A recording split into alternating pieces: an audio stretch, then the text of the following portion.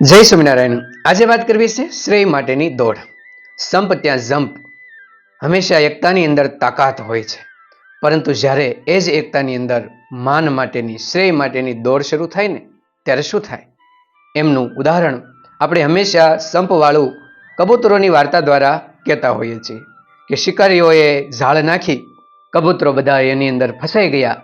ત્યારે એક કબૂતરે કહ્યું કે ચાલો આપણે બધા જ એક સાથે ઉડીશું, તો આ ઝાડ લઈને આપણે આકાશમાં ઉડી જશું.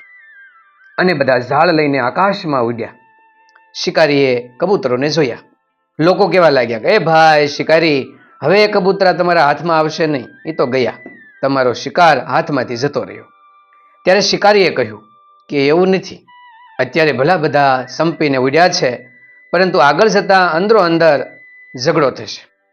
એક કહે છે કે હું તાકાત લગાડું છું, આમ અંદરો અંદર માન માટેની હરીફાઈ જ લાગશે અને અમારી ઝાડ સાથે જરૂર નીચે પડશે. અને ખરેખર આગળ જતા એવું જ થયું. કબૂતરો આકાશની અંદર ઉડી જતા હતા.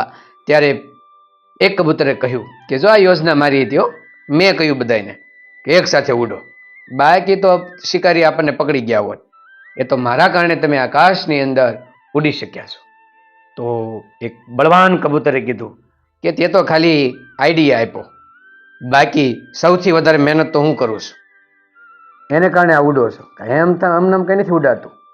ત્યાં બીજા બે કબૂતર બોલ્યા ઘૂ ઘૂ કરતા કે ભાઈ એ તું એકલો કઈ મહેનત નથી કરતો, અમે ઉડીએ છીએ ત્યારે આ ઝાડ ઉડે છે, બાકી કઈ તમે ઉડો એવું અમને લાગતું નથી.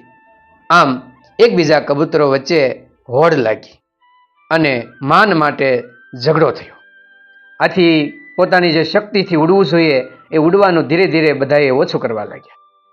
અને અંતે કબૂતરો થાકી ગયા, કારણ કે બધા જ નહોતા ઉડતા.